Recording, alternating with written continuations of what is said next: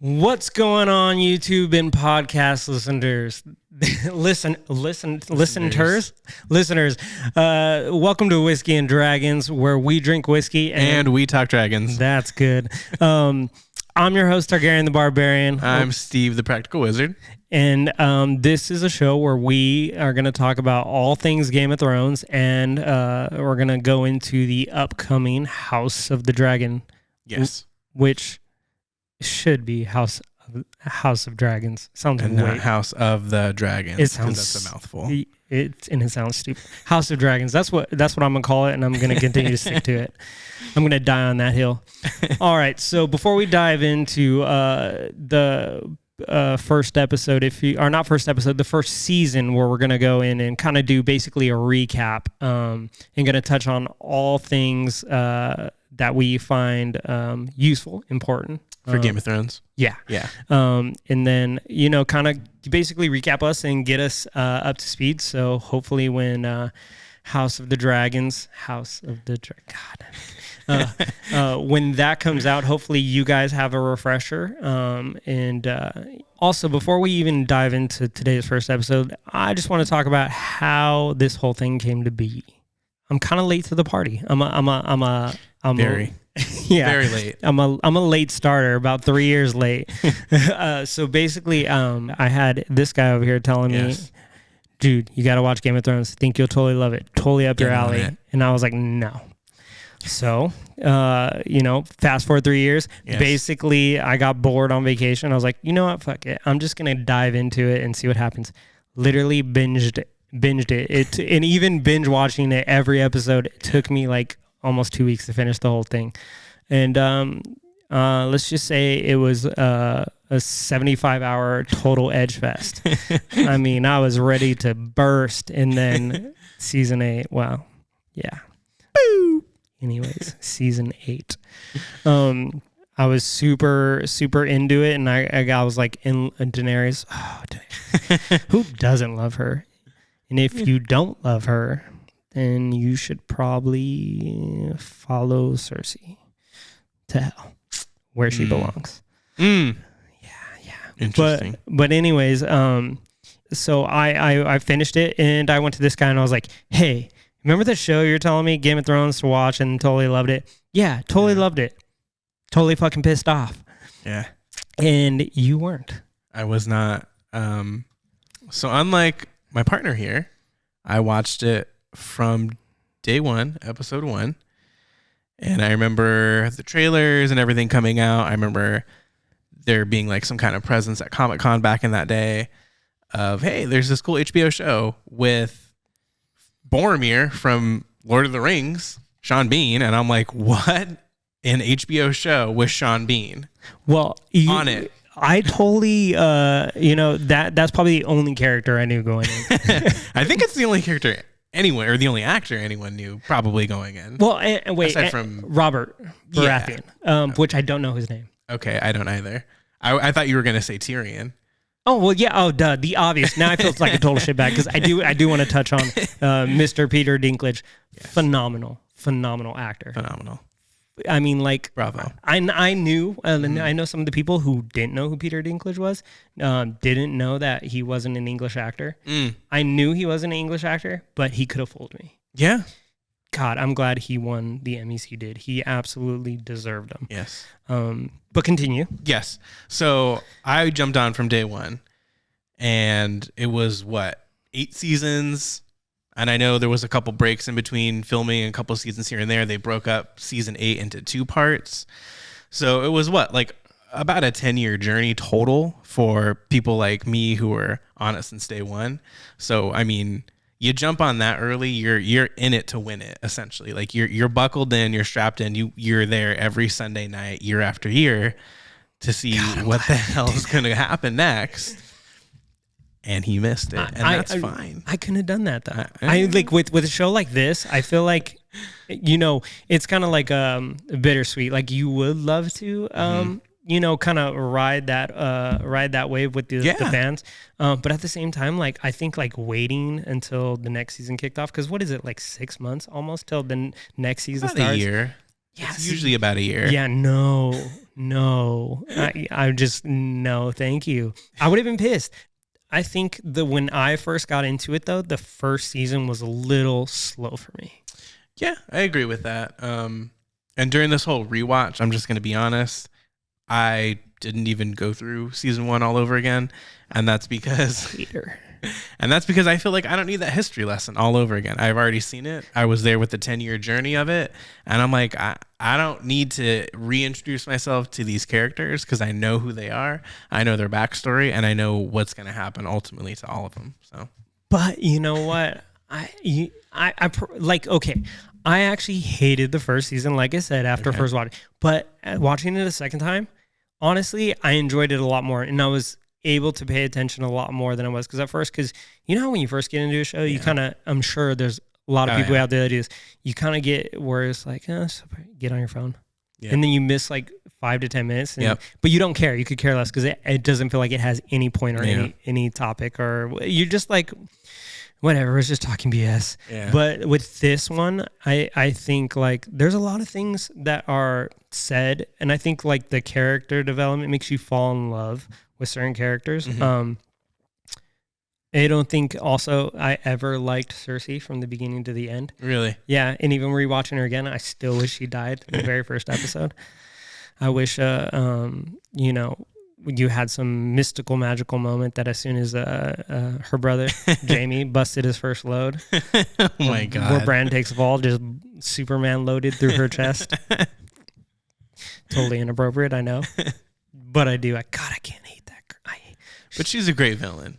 She is. I will give... They made you love to hate her, essentially. Oh, absolutely. Yeah. Because I swear, I mean... I don't think, well, I take that back.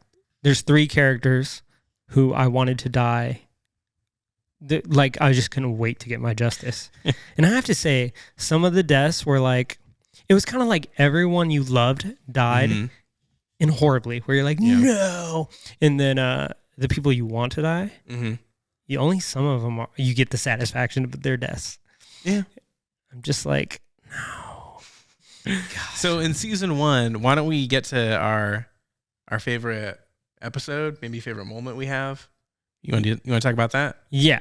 One of the things I have to say, it started like the first opening scene is White Walkers. Like correct. That's kind of the introduction to it. To the whole world of Game of Thrones. In which you thought it would come first circle. And for a minute you kind of felt that way. Yeah.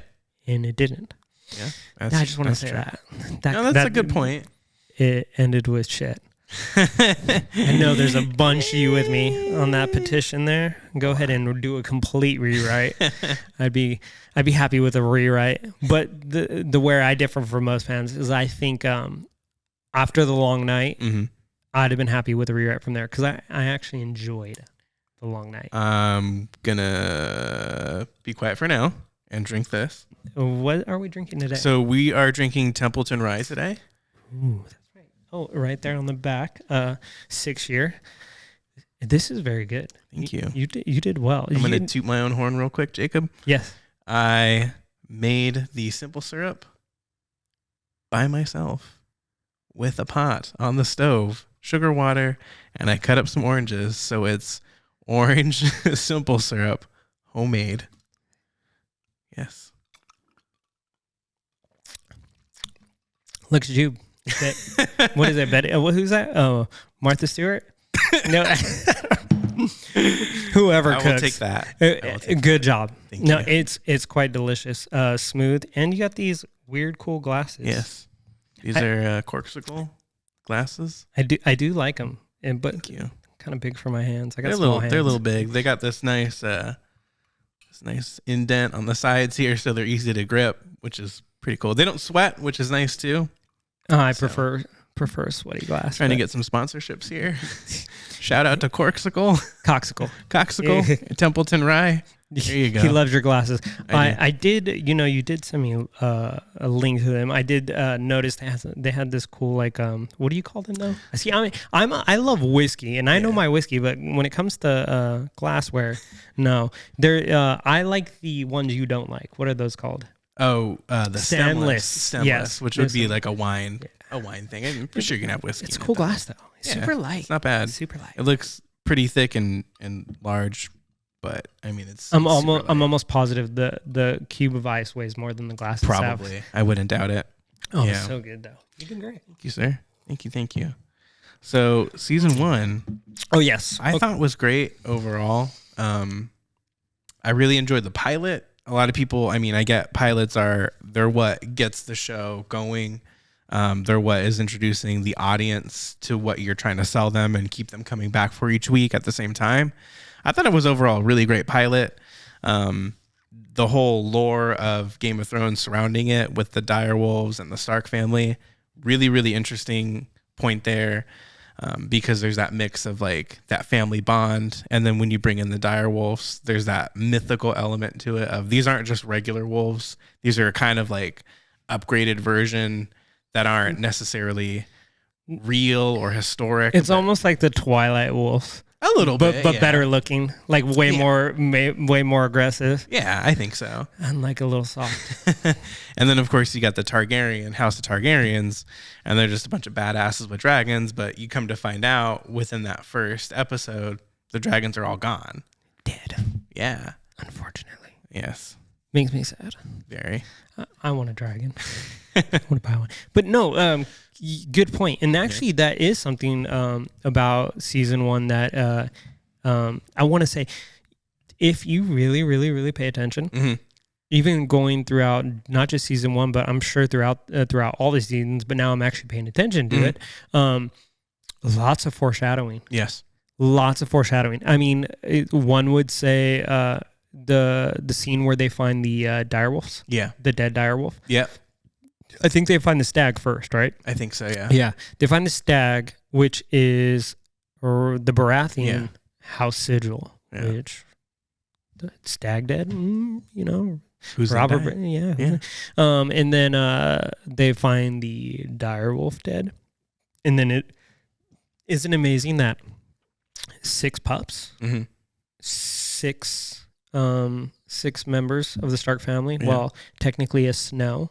But in another part is funny, the little runt of the litter, as Theon Greyjoy said, "Oh, here's one for you, bastard," whatever.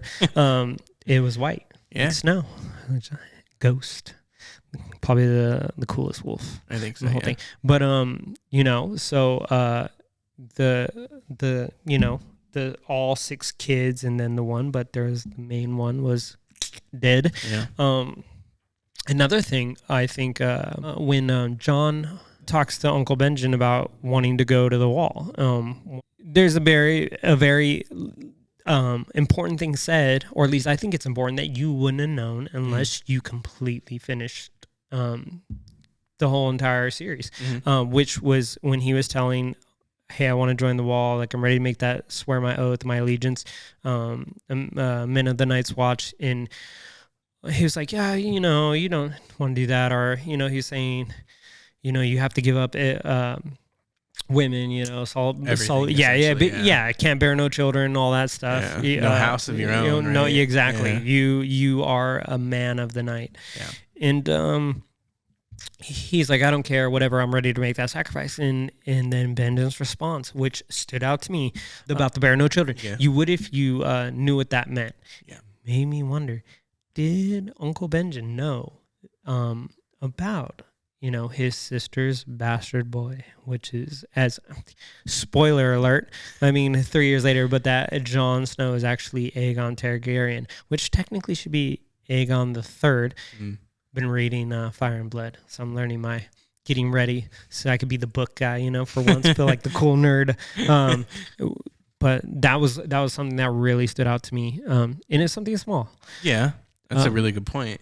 And what about you? Was there anything you might have noticed?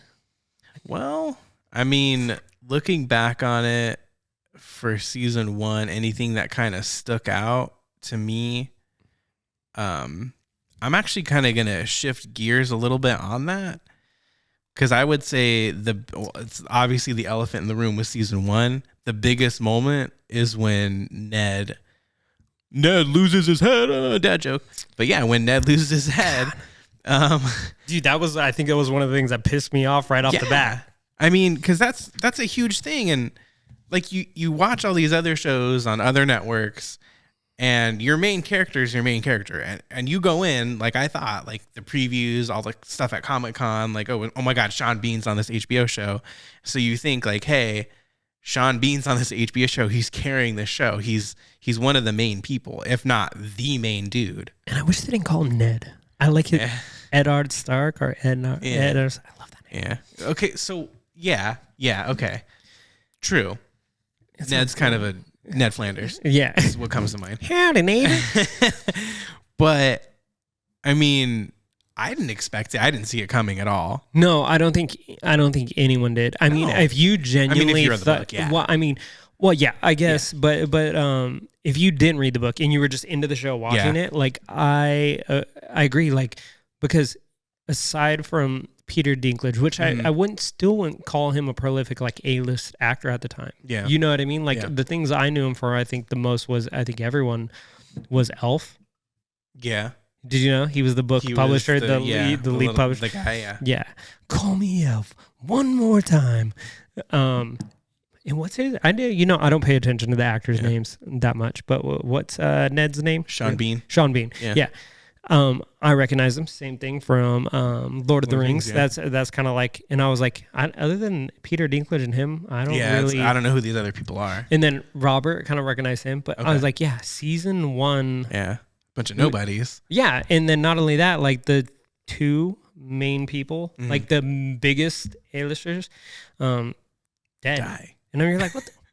Like, and I'm just thinking, like, how do you continue? Yeah, no, that's exactly what I thought. Because, I mean, like, I love Tyrion. Yeah. Like, Peter Dinklage, like I said, killed it. Yeah. Killed it. Yeah. So good. Other than him, I'm like, what? What? Huh? Yeah. I mean, when Ned gets decapitated, I was like, did that just happen? And then that episode it ends like a couple minutes after that moment. And you're like, I was like, what? And my 3 most hated characters were developed in pretty much. I mean, well, Cersei, like I said, I hated her from the beginning. And then, what's his name?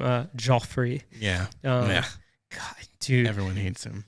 Yeah. I still hate him. And like a side note, off topic Game of Thrones, I heard, one, he quit acting and he wants to be a doctor or a surgeon, whatever. Good for him. Well, but the reason he quit acting, because they wanted to typecast him. And I was like, I was thinking about it. It's true. I mean, come on. You leave a comment down below if you agree. Like, I like hated him. I wanted him to die so bad, and I can never see him as anything else other than Joffrey. Yeah, you know what I mean. And it's like, I kind of feel bad because I feel like any movie he'd be in, I'd be like, that's just he's like the evil kid. I just don't like. Yeah, I mean that show made poor guy, dude. Yeah, that show made me hate him. They did a good job with that. I agree. Cersei, other characters we'll get into later. But yeah, great villains, like you said. Like I think that's what makes them good villains, because you literally wanted them to. You just always wanted them to die, and when they never died, you were like, yeah. But where's my justice? Where's Ned's justice? Well, not only that, another character that I hated was developed that day. Who? Sansa. I knew what you were gonna say. God, dude. Who? And I'm gonna give an unpopular hot take here. I wanted her to die the entire time. Like, I would have been happy if she was never in. If she would have died in the first season alongside her dad Ned. I would have been happy, because I felt like she ruined a lot of. She's the reason. I think she's a huge reason why season 8 sucks. She's the reason you drink. Yes, she's the reason. And Daenerys is the reason I cry after I'm done drinking. So the moment, again, Ned loses his head, and we're like, okay, did that happen? Did that really happen? Yeah. And again, my instinct was shock fest. Again, yeah, my instinct was, did that just really happen? How are they going to get out of this? Is it like a dream sequence? Like, is it like Joffrey's fantasy, or maybe like Cersei's fantasy? So that was a huge key moment, like in season 1 for me. A lot of what I would say not a lot of what I didn't like, but like I guess a moment I didn't like. And I feel like a lot of people would agree with me on this, is the way Daenerys' brother treated her.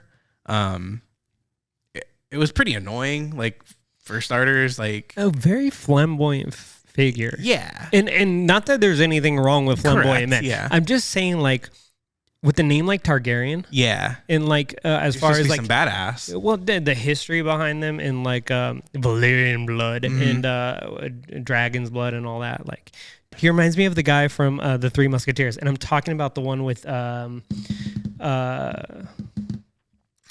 24, actor from 24. I loved him. Oh, Kiefer Sutherland? Yes, Kiefer Sutherland, and then the guy who played Batman and Robin in the 90s. Chris O'Donnell. Yeah. Remember the guy that goes, D'Artagnan! D'Artagnan! like he's yelling. Like, that's who Viserys reminds me of.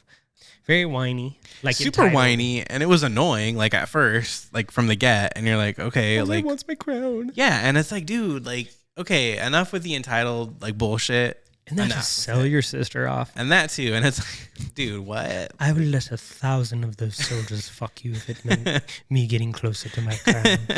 And it's like, you have no dragons. You probably don't have any money. Like, let's be honest.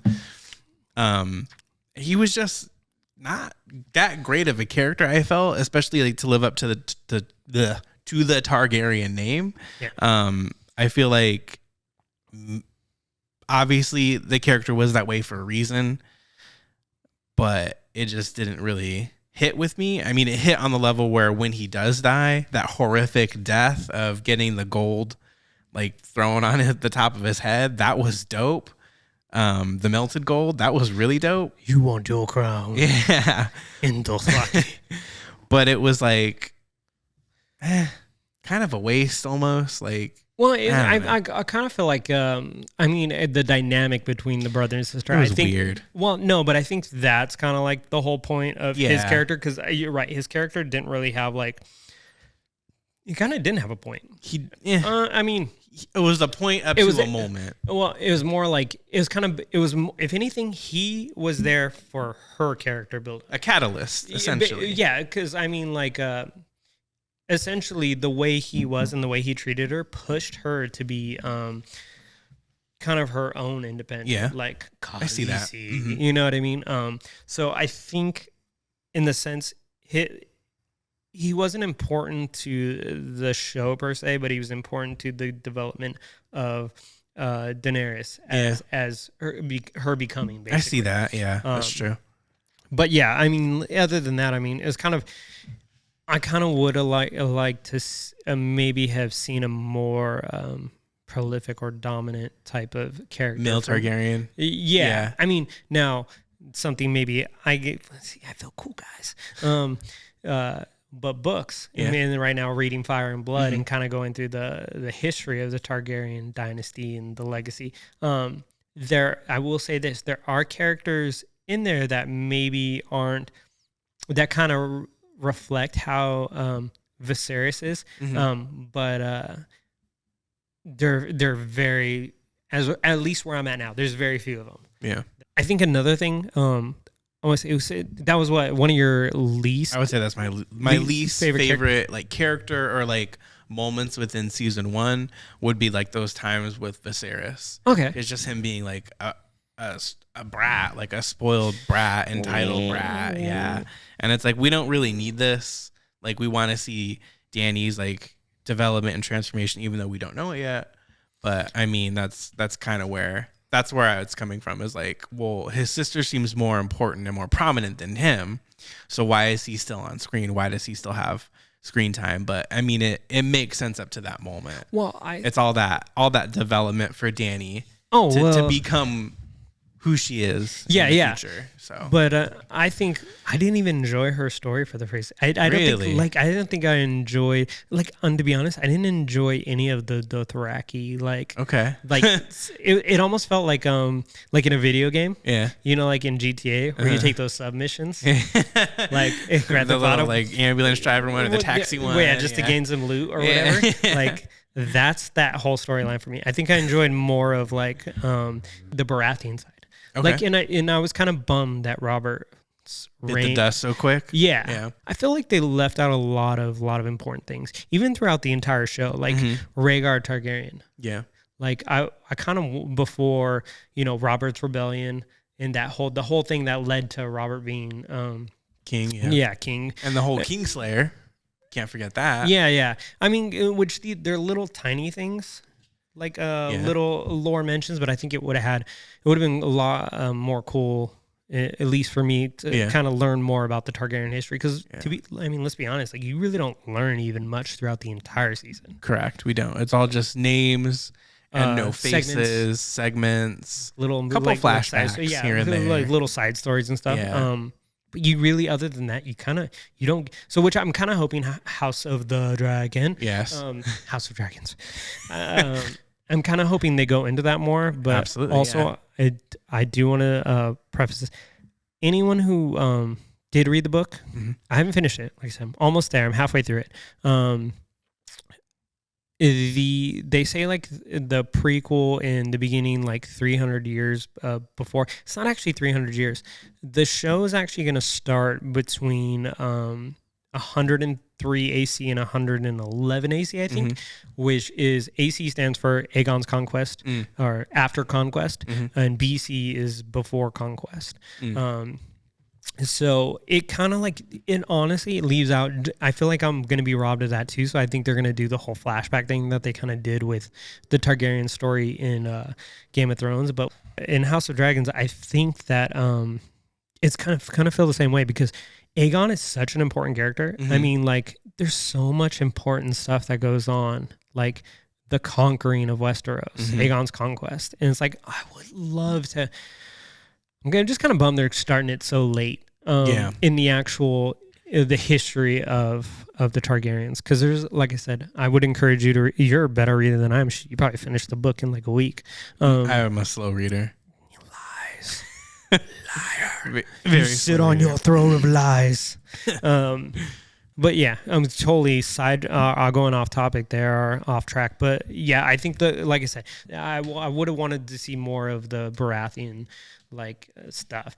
And you develop so much hatred. But I would have to say, I did love Tyrion. God, Peter Dinklage, like I said, so good. From the beginning, yeah, I did. He was one of the characters that I enjoyed the most. I would say a big character I liked real quick for me would be Jaime. He's like your anti-hero. He is, yeah. Basically. He's 100% an anti-hero. I have House Lannister flag behind me. 100% repping Lannister. He just loves incest, but just not the kind of incest I like. So, oh my God. Targaryen, baby. Yes. Why do you love Jaime? Why so do Jaime. you? So Jaime. Why do you love? That'll be a soundbite for later. So Jaime, we'll get it printed on shirts and hats. So Jaime, I like Jaime because he comes in. He's Mr. Figuratively, no pun intended. He's Mr. Cool guy, peaked in high school, probably super badass. He's the varsity football player jock, basically. To an extent, yeah. I mean, come to on, an extent, yeah. Which is someone I wouldn't necessarily empathize with at all. Well, he's not only the Kingslayer; he slays Cersei's punani. Goodness. So yeah, he comes in Mr. Badass. I'm hot shit, and he is he's got the hair, he's got the looks. Dude's dope with the sword. Dude's dope on a horse. All of it. And dope in the brothel, probably. No, he's Tyrion not. Was. Yes, but you know why? Why? Because he only had eyes for his sister. He only had eyes for his sister. Eyes for you. Oh my goodness. Only. So Jaime. So Jaime. So he's got all these interesting, flawed characteristics about him, which is what's like, okay, let's gravitate towards this person. And you don't know it off the bat, unless you didn't, when you don't read the book, you go into the show, you don't know this stuff off the bat, that he's having an affair with his sister, the queen. Disgusting. Well, it's not really a affair. I guess he's just having a fling. Not even that. He's having family time. Yeah, having family time. Yeah, but Jon and Daenerys can't have family time. Okay. So they're having family time. You get to know these other things about him, that he's the Kingslayer. So you're like, what's the Kingslayer? And they divulge into that information. So his like street cred just goes even more and more up. And you're like, this guy is pretty cool. But you don't like him. No. He's very much, like you said, the anti-hero. Like he's along the lines of Cersei, Joffrey, Ramsay, which we'll get into later. I know. Of the character that you love to hate. Like you just love hating him. You want like the bad but then stuff you to happen grow. You develop like kind of what do they call that? Stockholm syndrome. Which I mean, not really. A little bit technical more. So yeah. I would say you develop kind of like empathy for the guy, of course, you sympathize and empathize with him in some in you. Dude, I think Game of Thrones messed up with him. With Jaime? Yes, because they could have had a great story arc. I mean, he had a fantastic story arc. All to fall back to that hoe. I mean, but like, I just think like you said, I mean, what I would say probably for maybe 3 or 4 seasons, you hate the guy. You like some things about him, but for the most part, I think you hate him. For season 1, you hate him a lot, mainly because of that pilot. Well, when you find out about him. Let's talk about the thing that kicked it off. I mean, the Bran, right? He's the whole reason everything happens. Exactly. Yeah. We totally forgot on that. But I mean, Bran, I mean, kicked off the whole thing. So made you hate him. It did, 100%. You hate him by the end of the episode. You're like, he's a Kingslayer. He killed a king. So his brother-in-law could take over. Well, I mean, he's already added basically he already starts off with a bad reputation. Correct. So I mean, you already kind of don't like the guy, and then his attitude, like you're saying, like kind of like walks around like cocky. He's cocky, yeah. Yeah, in the whole him thinking he's the best battler, like which he's pretty badass. Well, Brienne of Tarth, though. The only. If you think about it, the only battle you ever see Jaime in is the one with Ned. That's true. But he's cheated. And he's kind of But he cheated. Like bitch about it. No, the guy stabs Ned. They do that. So you never actually. Just thinking he talks all this shit about being the best swordsman, but you actually never see it. And he's got help from the King's Guard and from his sister. Yes. All pun intended. All puns intended. But I mean, you know what's weird? So you would say that Jaime is the reason you love the Lannisters? I would say it's a mix between Jaime and Tyrion. Because another part would be of their brother bond. I think their bond of being brothers, like it's tight. Well, I will agree. Their brother bond. I mean, okay, you could hate Jaime for like his character in the show, like not like his character at least, but definitely he's not a Cersei's. Like I didn't crave his death as much as I crave Cersei. Okay, but I mean, I would say that because of the bond with Tyrion and his brother, the brother bond, I think that was something that you kind of like tugged on your little heartstrings because you're like he was cool, and very like looked out for his little brother. For his little brother, yeah. I mean, I thought it was dope. I thought you would have said totally you were a Lannister lover just because of Tyrion.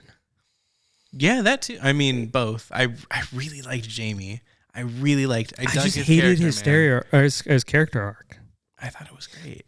I mean, like realistically, only what I think 3 or 4 characters had actually full circle story arcs that are really good. And I was one of the ones. There's a lot of characters. Well, so many. Yeah. But Greyjoy, Theon. Oh my God, fantastic! Fantastic character. A villain to love. Mm-hmm. Like basically, it was kind of like one, he wasn't necessarily a villain in the beginning, but No. he kind of just was like, it's Yeah. he's snobby brat. He's not gonna be in it for long. Yeah. And two, he didn't really have a character He didn't. like too much in the Yeah. first season. But then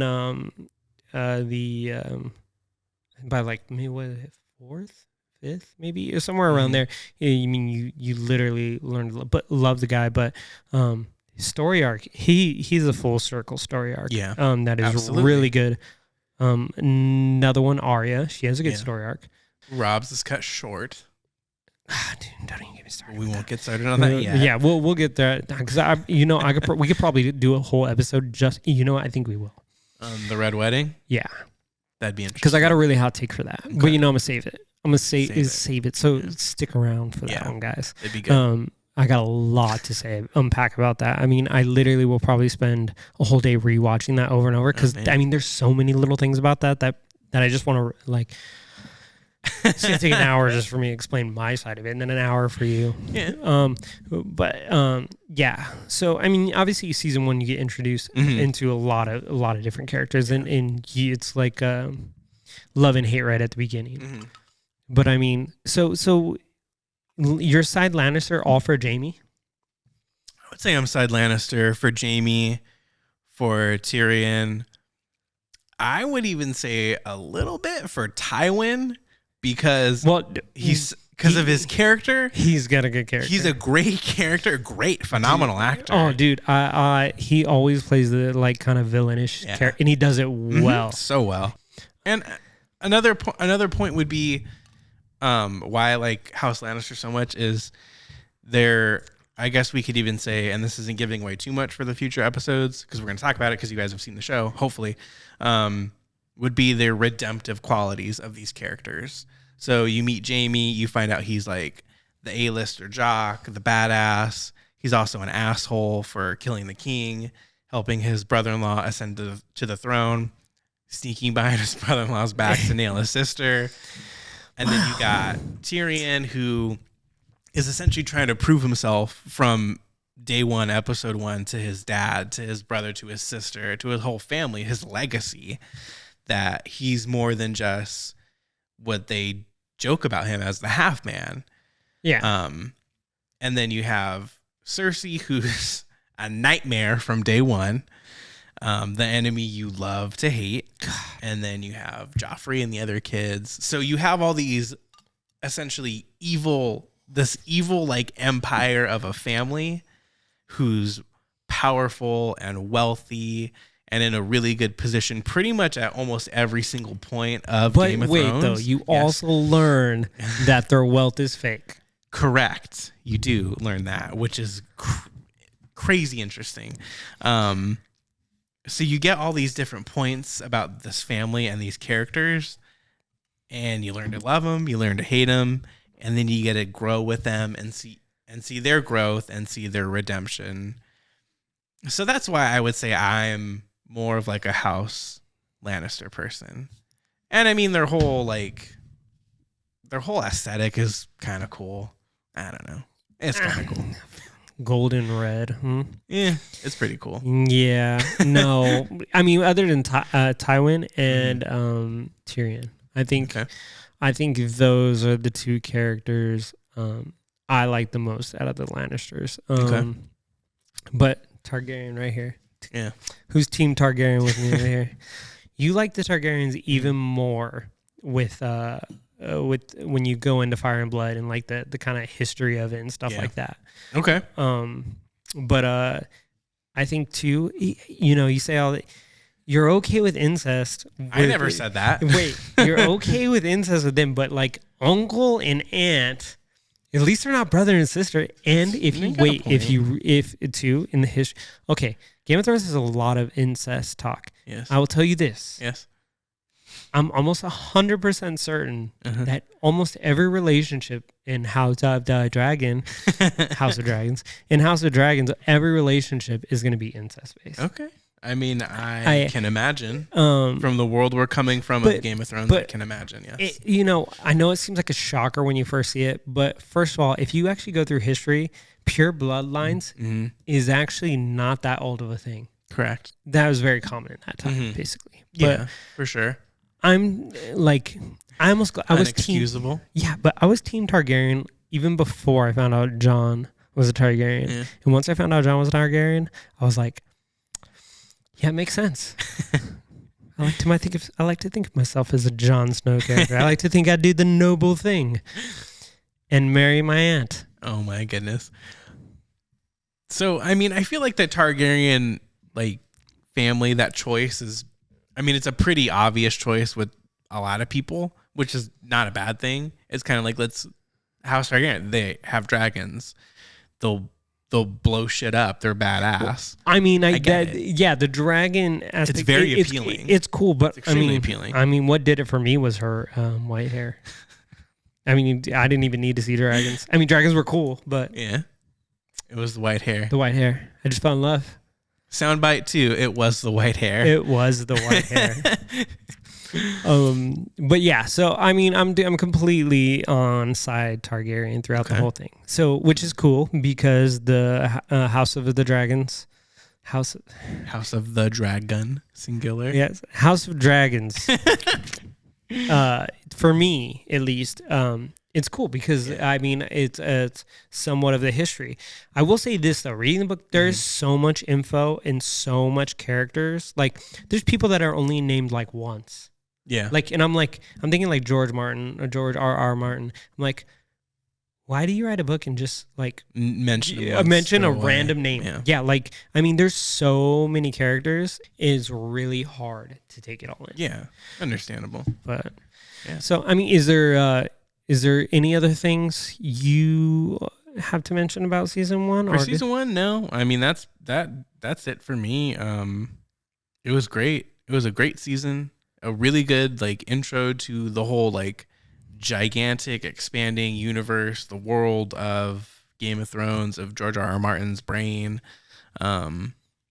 We get to know our characters for a little bit, like who they are, kind of what they're about. And after, of course, Ned's dead, that's to me when shit really like kicks off for the whole series. I think that's what gets you into it. Yeah, I mean, that's what pulls you in. Once that happens, you're kind of like, now I got, like, even if you didn't love the show at the beginning, that's kind of like after he died and you're like, all right, now I kind of got to see where the direction of this. What's going to happen. Yeah. All right. Well, I mean, I think that's definitely a good point. For me, I think like mainly, at least if I did miss something, I can't remember, I'll always bring it up later. Yeah. But so I think that pretty much concludes at least the first episode. This is our first episode. It feels a little rough. I'm sorry. We'll get better as we get going. I promise you. Other than that, I mean, do all the things cool things that do. It would really help us out. What is it? Like, share, subscribe, comment, hit the bell notification, all those cool things, all that jazz. Yeah. Guys, we would appreciate if you do that. And you know what? Feel free if there's something interesting you want to hear us talk about. Things that stood out to you in the first season are, or you want to ask us to try a certain whiskey or tell us anything like that, let us know in the comment section below. Other than that, I'm Targaryen the Barbarian alongside Steve the Practical Wizard. Yeah, Practical Wizard. And thank you for watching. And that concludes this episode of Whiskey and Dragons, where we drink whiskey and we talk dragons. All right, everybody. See you now on the next one.